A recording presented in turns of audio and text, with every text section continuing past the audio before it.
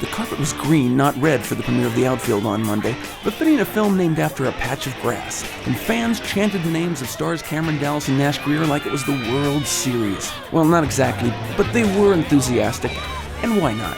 Cam and Nash are young, talented, dreamy, and they have social media followings that major brands and corporations would kill for. Who knows? Maybe they already have. We're going to tell you all about Cam and Nash's work in The Outfield, and maybe even slip in a little gossip about how they got evicted from their apartment. But first, something about this guy. The one over there in the dark blue suit with the salt and pepper hair? His name is Michael Goldfine. He may not be so dreamy to the tween set, but he's becoming increasingly hot in Hollywood. Goldfine co-wrote and produced the movie Camp Dakota, starring top YouTubers Grace Helbig, Mamrie Hart, and Hannah Hart. Released direct-to-digital in February 2014, it's shot to number 3 on the iTunes Independent Film Chart, bested only by a pair of Oscar nominees for Best Picture, 12 Years a Slave and Dallas Buyers Club. While it was not a home run hit of Hunger Games proportions, it did create an easily replicable formula for small-scale financial success. Stack the cast with YouTubers, Viners, and Instagrammers, keep the budget super low, under $5 million, but probably closer to $500,000, and instead of lavishing millions on print and TV ad campaigns, let your cast of digital influencers do the work for you and promote the film to their millions of social media followers, who will in turn share their excitement with millions of others. The formula was copied by Expelled and Smosh the Movie, which also shot to the upper reaches of the iTunes movie chart upon release. The initial inspiration for The Outfield was Michael Goldfine's own childhood. So I grew up in the small town of Peoria, Illinois, and I always wanted to make a movie about the town, and I got the chance, and lucky enough I went to Nash and Cam and was like, look, I have this story. You don't really know who I am, but how do you guys feel about making this movie? And long story short, they said yes, and that's how The Outfield was born. He did like some interview type stuff with us where basically he just sat down on the couch and we talked for like hours and hours, and I went to his house a couple times, and he would try to get our life stories out of it so that we could relate to him in some way to our character. Cam and Nash weren't obvious choices. While they had appeared as versions of themselves in countless vines, Grier had never acted in a film before, and Dallas's only real experience was Expelled, a lightweight Ferris Bueller's Day Off imitation. So the producers gave the duo ample time to rehearse before cameras started rolling. Every day for a month we went into like this lot, Fullscreen's lot.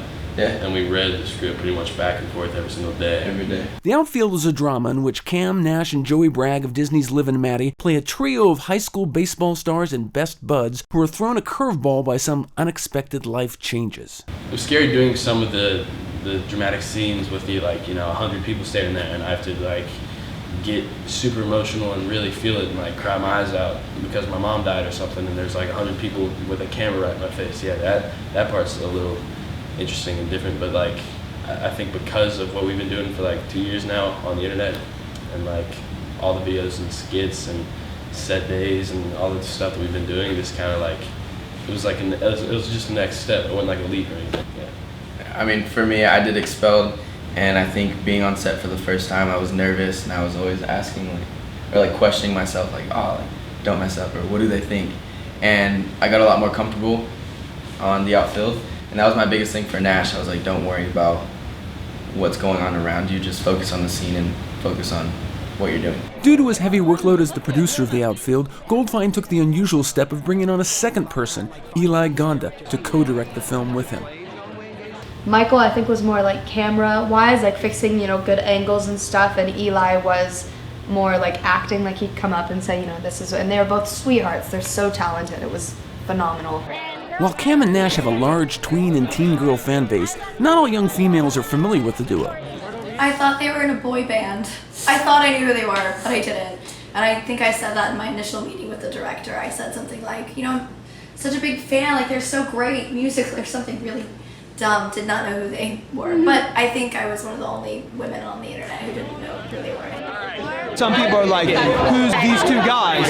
Older people don't know, but the other people are like tearing down my house to get to my backyard to meet them. The premiere of The Outfield will be one of the few times the film is shown publicly on the big screen.